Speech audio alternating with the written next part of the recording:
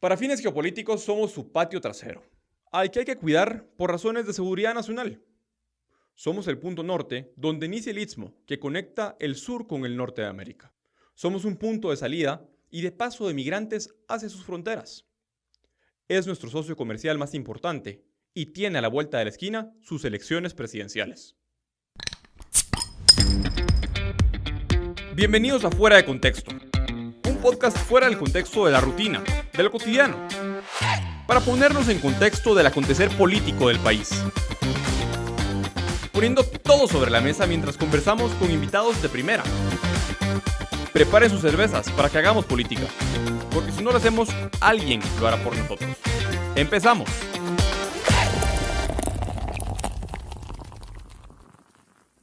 Hoy es viernes 7 de agosto y estrenamos nuestro podcast Fuera de Contexto. Y qué mejor que hacerlo con un invitado muy especial que más o menos ustedes ya tendrán una idea de quién se trata y de qué hablaremos por la historia que contábamos al inicio de esta emisión. Hoy me acompaña Nicolás Virsi, él es director ejecutivo del Centro de Estudios Económicos Sociales. Y pues bueno, como su acento lo delata, es norteamericano. Nicolás, bienvenido a Muchas Fuera de Contexto. gracias, es un gusto estar acá. También soy guatemalteco. Sí. Pues, Nicolás, creo que no hay mejor persona para pues, ponernos en contexto de un tema importante. Y es que se suele decir que cuando el presidente de Estados estornuda, los países latinoamericanos tiemblan. Porque de una u otra forma somos, como se suele decir en el día a día, una especie de patio trasero. Y la política interna de Estados Unidos, aunque pareciera muchas veces que no, termina afectándonos. Y es por eso que estando a 3 meses de las elecciones, que se van a celebrar a inicios de noviembre, las elecciones presidenciales, creo que es importante empezarnos a poner en contexto de qué es lo que está pasando y lo que pudiera llegar a pasar. En ese sentido, pues hay dos candidatos que se perfilan como los que van a ser los candidatos, por un lado, por el Partido Demócrata, Joe Biden, y por otro lado, Donald Trump, para un segundo periodo frente a la presidencia de los Estados Unidos por el Partido Republicano. ¿Cuál es la fortaleza que tú ves en cada uno de los candidatos? ¿Hay posibilidades de que Donald Trump vuelva a quedar un segundo periodo o es probable que un candidato demócrata como Joe Biden, que fue vicepresidente de Barack Obama antes del periodo de Donald Trump, llegue a la presidencia? Bueno, ahorita yo a principios de año le hubiera calculado una probabilidad de reelegirse a Donald Trump de por ahí de una estimación grosera de 65%, ¿sí? Por varios, si no 70%, por varios factores. Los incumbentes, los que ya ostentan el poder, suelen reelegirse en Estados Unidos. La economía iba bien, su base estaba muy identificada, con mucha energía. De ahí pegó una triple crisis. La crisis de la pandemia, la crisis económica, que viene derivada de eso, y ahora lo que se ve es la crisis social, que es manejada por la izquierda radical en Estados Unidos con todos estos disturbios violentos que los medios llaman pacíficos, pero todo el mundo sabe, todo el mundo que tiene ojos y que puede leer medios independientes sabrán que no es así. ¿Y por qué menciono eso? Porque muchos de la derecha en Estados Unidos dicen que si se elige a Biden, esto va a continuar. Es que tratan de decirlo para descalificar a Biden. Yo no lo veo así. Sí, la amenaza implícita es que si no eligen a Biden, esto va a continuar. Sí, Claro. el día, si Biden es elegido, el día siguiente paran los disturbios y se reabre la economía y abren las escuelas y todo lo demás. Entonces Estados Unidos está en medio de una triple crisis que afecta a su sistema político. El tema está el discurso político está bastante polarizado y eso hace que se degradan las expectativas del presidente Trump. Sin embargo, su aprobación rodea por ahí entre 42 y 46%. Está por ahí de 42 en promedio, aunque recientemente salió una encuesta de Rasmussen que lo ponía por ahí de 50%. Rasmussen, por cierto, fue la más atinada de las elecciones pasadas. Claro. Pero se considera una organización pro-Trump o pro-derecha, ¿sí? Lo cierto es que las demás encuestas sí están sobreponderadas con demócratas, 5 o 10 puntos más que republicanos, entonces la aprobación de Trump siempre sale baja. Sin embargo, con todo eso, él sigue estando en el intervalo inferior de su rango normal. Claro. ¿Sí? Entonces, está entre 42 y 46%, si tomamos el promedio, y él ganó con 47-48% de aprobación. Entonces, yo veo que sí hay expectativas. Yo no descarto por completo que él se pueda reelegir, como todo el mundo está haciendo, como los medios quieren hacer que la gente crea. ¿Sí? Yo creo que yo daría una probabilidad de 50%. O sea, que sí ves probabilidades de que Joe Biden, un candidato demócrata, pudiera llegar a quedar y que ese patrón que hay de que un presidente estadounidense es electo para 2 periodos se rompa con Sí, ese caso. se ha roto antes, la última vez fue con el padre Bush. Claro. ¿Sí? Él no se reeligió. Ok, y en ese sentido, pongamos, ya que las probabilidades están echadas sobre la mesa, las cartas están echadas sobre la mesa, así como hay probabilidades de que Donald Trump continúe en el poder por 4 años más hasta el 2024, hay probabilidades entonces de que Joe Biden llegara a quedar. Aunque fuera un 70-30 o un 80-20%, las probabilidades Si están. fueran hoy por hoy, las elecciones le daría la ventaja a Biden. Ok, en ese caso, cuál sería el efecto o el impacto que tendría la victoria de Donald Trump por un lado o la victoria de Joe Biden? Y me interesa más que todo la victoria de Joe Biden en relación a, valga la redundancia, las relaciones internacionales entre Estados Unidos y Guatemala específicamente. El Triángulo Nórdico por extensión, pero específicamente con Guatemala. Sí, yo recuerdo que antes se decía que, bueno, la política exterior de Estados Unidos se ha manejado con relativa constancia. Ha sido constante a través del tiempo. Sí, tenía la doctrina anticomunista desde la Segunda Guerra Mundial hasta que cayó el muro de Berlín. Y esa doctrina lo desarrollaron demócratas. Sí, el presidente Truman. Se continuó la política de contención, ¿sí? La doctrina de Truman, y se continuó desde Truman, Eisenhower, Kennedy, Johnson. De ahí es donde se fue a Estados Unidos metiendo en guerras como la guerra de Corea, la guerra en Vietnam, las intervenciones en República Dominicana, y etc. Y bastantes intervenciones abiertas e encubiertas en todo el tema de la contrainsurgencia en Latinoamérica. Entonces, y se tuvo toda esa constancia, incluso hasta que después de que cayó el muro de Berlín. Luego, yo creo que sí hubo un rompimiento fuerte con la política exterior tradicional con Barack Obama. Fue mucho más, se alejó muchísimo de Israel, por ejemplo. Se acercó bastante con Irán, los regímenes islámicos fundamentalistas. Fue muy suave, se descartó. Hay que recordar hoy por hoy que se le burlaba de Mitt Romney cuando Mitt Romney señaló a Rusia como uno de los principales amigos de Estados Unidos y Obama contestó, the 80s called, they want their foreign policy back, que los rusos no eran enemigos, y etcétera. Lo digo porque de qué tema se sacó con Donald Trump cuando él ganó en su campaña, Rusia. Así que él estaba coludiendo con Rusia y Rusia había arreglado las elecciones de Estados Unidos.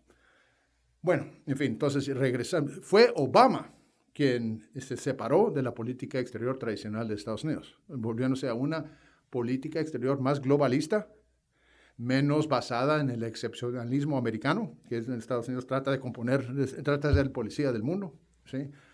Por medio de intervenciones militares y lo demás, dando acomodaciones a los enemigos, rivales tradicionales de Estados Unidos, tratando de acomodar a Irán, por ejemplo, China, Cuba, el acercamiento con Cuba, la reapertura con Cuba. Y de ahí viene Donald Trump. Y Donald Trump regresa a una política exterior mucho más dura, pero al mismo tiempo transaccional, que se dice. ¿En qué sentido? Dura en el sentido que, bueno, dicen que Estados Unidos carece de liderazgo bajo Donald Trump. Es todo lo contrario. China es la nueva amenaza a la paz mundial. ¿Quién la confrontó? Donald Trump. ¿Sí? ¿Qué administración organizó la confrontación con Venezuela y con Cuba? Donald Trump. ¿Sí? Y también le está haciendo frente a Irán. ¿Sí? Yo sé que quieres llegar a Guatemala y ahí vamos a ir. Ahora, en el sentido transaccional, creo que Donald Trump es raro, es bicho raro para ser presidente republicano, porque él en la tarima de los debates de los republicanos dijo, Bush lied, people died, hablando de la guerra en Irak. Y él se quiere salir, él quiere ser duro con los rivales, pero eso no quiere decir guerras interminables.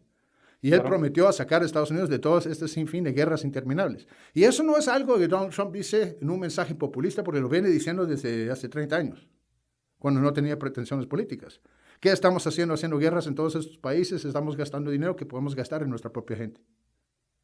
Claro. ¿Sí?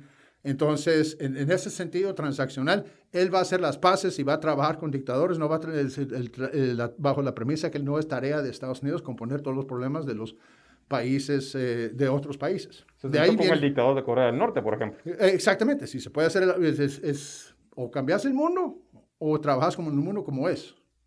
¿Sí? Y es desgastante, y así caen los imperios, si queremos considerar a Estados Unidos como un imperio, en guerras interminables tratando de arreglar problemas muy lejanos de sus fronteras. ¿Sí? Ahora, si venimos al caso de Guatemala, yo creo que el presidente Trump, cuando se enteró de lo que estaba pasando en Guatemala, no veía mucha utilidad en este desgaste político entre derecha e izquierda que estaba pasando en Guatemala. No veía la utilidad que estuviera la Embajada de Estados Unidos metido en esos temas. Estoy hablando del tema de la CICIG. La CICIG no tenía ningún poder en Guatemala que la Embajada no le daba. Okay. ¿Sí? Si no fuera por el respaldo de la Embajada, la CICIG no es nada. Porque las naciones no pesan en las relaciones internacionales, a menos las Naciones Unidas. Las Naciones Unidas, a menos que le den ese peso. Okay. Sí, entonces aquí es donde se ve que la soberanía, que ese concepto tradicional, sí importa. Guatemala ha echado embajadores de Estados Unidos. Miren el desafío que le dio Fidel Castro por 60 años a Estados Unidos a 90 millas de las costas americanas. Sí, entonces no es cierto que si Estados Unidos estornuda, el resto del mundo le da neumonías ¿sí? ¿Cómo fue la frase que dijiste al inicio? El resto de América Latina tiembla. Sí, entonces no tiene por qué ser así. Ahora, cuando entró la administración Trump, la gente que apoyaba si sigue aquí en Guatemala decía nada iba a cambiar, absolutamente nada iba a cambiar, todo iba a seguir y todo cambió. ¿Sí? Iván se fue, Jimmy se quedó. Claro. ¿Sí? Y eso fue no por un gran amor que tenía la administración Trump con el gobierno de Jimmy Morales en Guatemala, sino también por el apoyo que el gobierno de Jimmy Morales había mostrado con el tema de Israel. Eso fue uno. ¿Sí? Ese fue un factor. Entonces, la transacción es, bueno, te debo una. Y yo le quiero dar una señal al mundo que vale cooperar, sí, tiene su valor cooperar con Estados Unidos, y solo tengo 9 países que agradecer, porque fueron 9 países que se juntaron con Estados Unidos para rechazar la condena de la Asamblea General de las Naciones Unidas contra Israel, y cuando Estados Unidos movió su embajada, Guatemala lo acompañó. Eso ayudó muchísimo al gobierno anterior, ¿sí? Y ahí sí cambió las cosas, porque ahí se dejó de apoyar a la CICIG, ¿sí? Y sin ese apoyo, sin ese apoyo el poder aparente de la CICIG desapareció y se tuvo que ir la CICIG. En cuestión de nada. Y eso me lleva a otra Ahora, pregunta. si gana Biden, todo eso va a cambiar. Ok.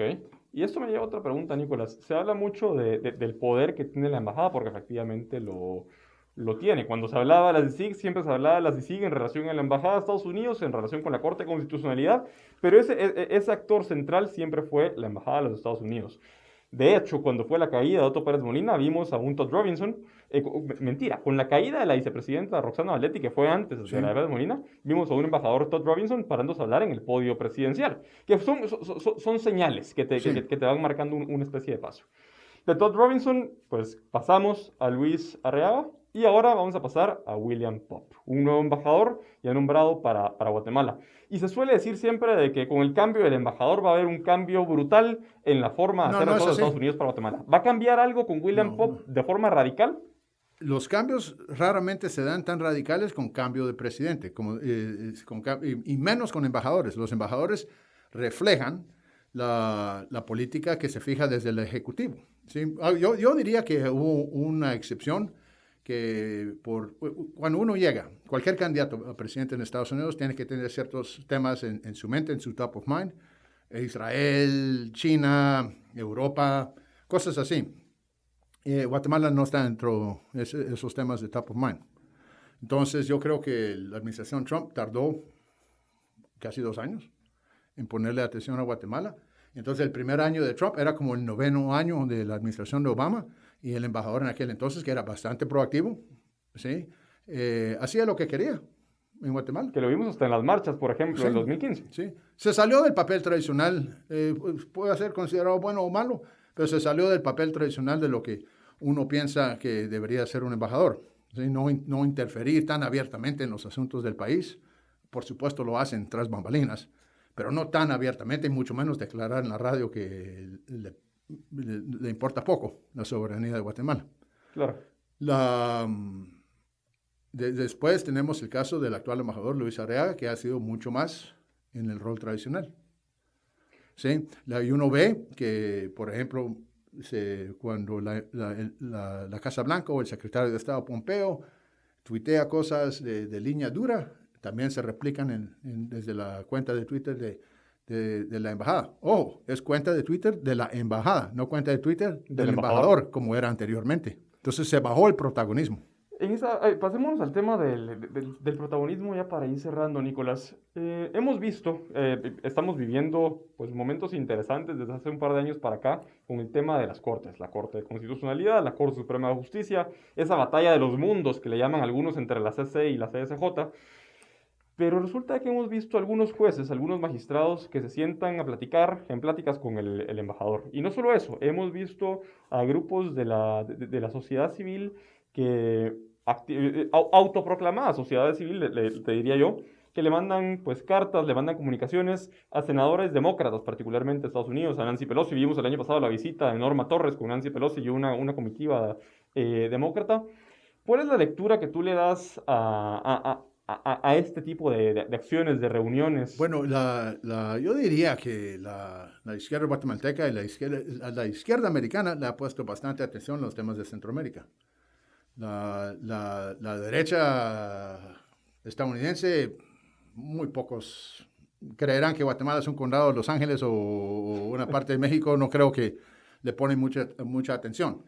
Sí se ha invertido mucho dinero. Sí, entonces, de parte de la izquierda es global, está conectada. Sí saben lo que pasa en Guatemala. Sí, también están conectados con la cooperación, la comunidad internacional. Es manejada hoy por hoy por gente con una tendencia de centro-izquierda, lo podemos decir así, temas progresistas y etcétera, que quieren promover por todo el mundo. Entonces, tienen más eco afuera que lo que podría ser la derecha guatemalteca, por ejemplo. Pero, sin embargo, sí, mucho de eso es para pantallar, ¿sí? Porque en la última carta le escribieron a Eliot Engel, que perdió sus primarias, ¿sí? Perdió sus primarias y él ya va para afuera del Congreso, ¿sí? 0 pesos. Claro. ¿Sí? Sí, esa gente que estaba en esa lista es gente que va a tomar nuevamente relevancia, ¿sí? Si gana Biden. ¿Sí? Pero si uno ve los destinatarios de esas cartas y esas comunicaciones, son todos demócratas. Cuando dicen que la política exterior es bipartidaria. Había una excepción, ahí estaba Marco Rubio. Porque ni modo, es el jefe del Comité de Inteligencia del Senado.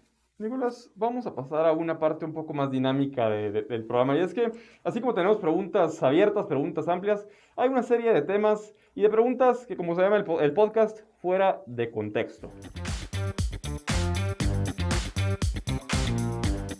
Y pues bueno, en esta sección de preguntas fuera de contexto, como es el nombre del podcast, Nicolás, básicamente lo que buscamos es saber tu opinión sobre temas que están fuera del contexto del tema al que venimos platicando, que en este caso es el impacto que van a tener las elecciones de los Estados Unidos para Guatemala. Entonces, saliéndonos de ese contexto, van a haber 10 temas que yo te voy a tirar. Van a ser, pues, palabras o pequeñas frases que te voy a decir. Y lo primero que se te venga a la mente, de forma súper breve, me lo respondes. ¿Te parece? Bueno, Naciones Unidas. Problemas internos de corrupción. Organización Mundial de la Salud y COVID-19. Desacreditada. Black Lives Matter. Marxista. Pizzagate. Conspiración. Green New Deal y Greta Thunberg. Marxismo. Tercer país seguro. Irrelevante. Nancy Pelosi. Poca credibilidad. China. La nueva amenaza mundial. TikTok. Espionaje. Nueva derecha. Nueva derecha, habría que hablar con la vieja derecha para lograr nuevos consensos. Nicolás, muchísimas gracias por acompañarnos en esta primera edición de Fuera de Contexto. Muchas gracias. Nos vemos la próxima semana, siempre a la misma hora, en el mismo lugar, solo por Fuera de Contexto.